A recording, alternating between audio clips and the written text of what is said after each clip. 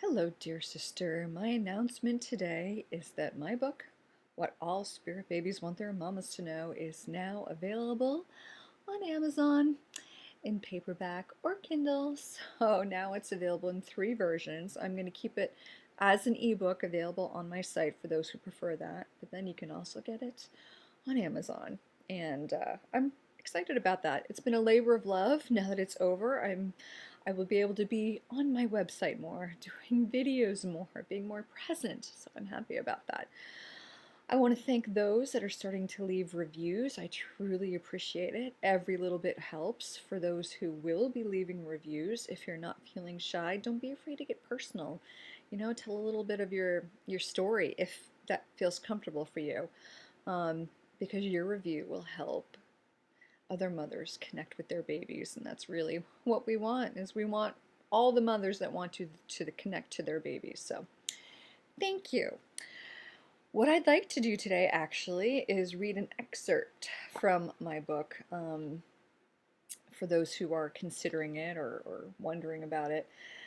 This is one of my favorite sections. It was my favorite section to write. I remember it actually gave me a lot of insight myself while I was writing it. And the section is called We Don't Have to Earn Our Babies. So I'm just going to read that. It's just a couple of pages. So, if we're having trouble conceiving or if we've experienced a loss, it's so easy to judge ourselves and think it's because of something we've done wrong. When I had my first miscarriage, one of my thoughts during my grieving process was that I hadn't really deserved my baby because it wasn't a planned pregnancy. It sounds silly saying it now, but it's a very real emotion that many mamas experience. Women who've had an abortion in the past can especially carry around this very heavy burden. My game plan after my first miscarriage, when I started trying to conceive in earnest, was to do everything right, so that this time I would be able to keep my baby. Oh, I just want to give my past self a hug. This time around, I ate all the right things. I did cleanses every week. I did yoga regularly. I read all sorts of books on natural pregnancy and childbirth. And I even did my best to act the right way at all times, being extra helpful and considerate with everyone. When I finally became pregnant again 5 months later, I was ecstatic. This time, I had earned my baby. I had done everything right, and I knew he would stay. Imagine how much worse the devastation was that time around when I miscarried my baby again. While my first miscarriage had broken my heart, this one shattered my world. And it was important, significant, and exactly what needed to happen.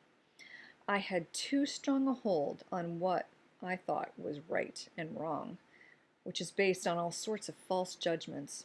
I thought I could earn points by doing things a certain way. I became a control freak of huge proportions, believing I could stop bad things happening by being a good person. Basically, I thought if I could prove myself worthy, I could get what I wanted. It's not my fault. It's no one's fault who feels like this. It's what we've been taught to believe all the way back to childhood with Santa Claus.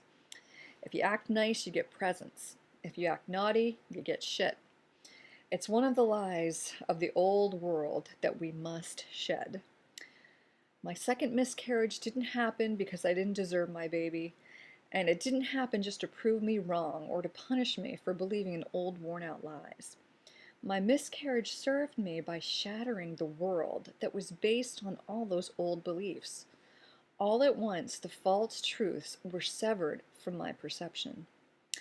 In writing these words, I can now visualize the huge disconnect from lies and untruths that occurred then. And yes, it was painful. Man, it was painful. But it was a karmic severing from the past that was no longer serving me and keeping me trapped. My second miscarriage, in essence, was an unshackling. If I had kept my baby instead of miscarrying, I would have carried those false beliefs forward into my parenting. It would have influenced my parenting and tampered with my child's freedom of expression. It would have been a lesser experience for my child and for me, and prevented us both from being higher versions of ourselves. My miscarriage was a gift. It freed a large part of my energy as my truth was rearranged. I didn't have to earn my baby by acting a certain way.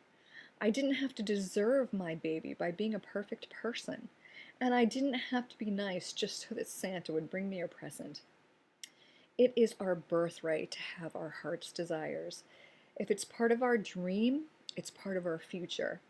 If we yearn for a baby, it means there's a baby for us, and there is nothing we need to do to deserve it.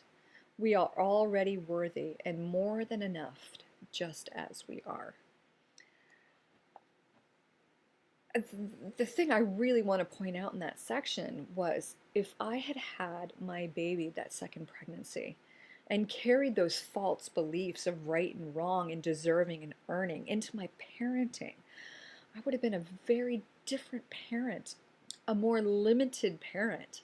So even though that miscarriage was shattering, I'll never forget it. My husband as well, I'll never forget it. It was a liberation. It freed me. It was like a breaking out of something. Now that was specific to my own experience and my own choices, but it's the same with any complication. If there are delays, it's protection. If there is a breakdown, if there is something that's just shattering, it's freeing up some stuff. It's absolutely freeing up a whole lot of stuff and allowing us to be a higher version of ourselves. So anyway, that's one of my favorite sections in the book. And if you like it and want to hear more information on that, then get the book. As I said, I'm going to be in my blog more. You know, I do these videos for my blog, but I know a lot of people watch me on YouTube. If you do just watch me on YouTube, I encourage you to go to my blog because here's a little secret. I am most interactive on my blog. I won't answer comments on YouTube. And on old pages, I usually don't comment either. But on my blog that I keep current, that is where you're most likely going to get me. So if you leave a comment, I most likely will answer it.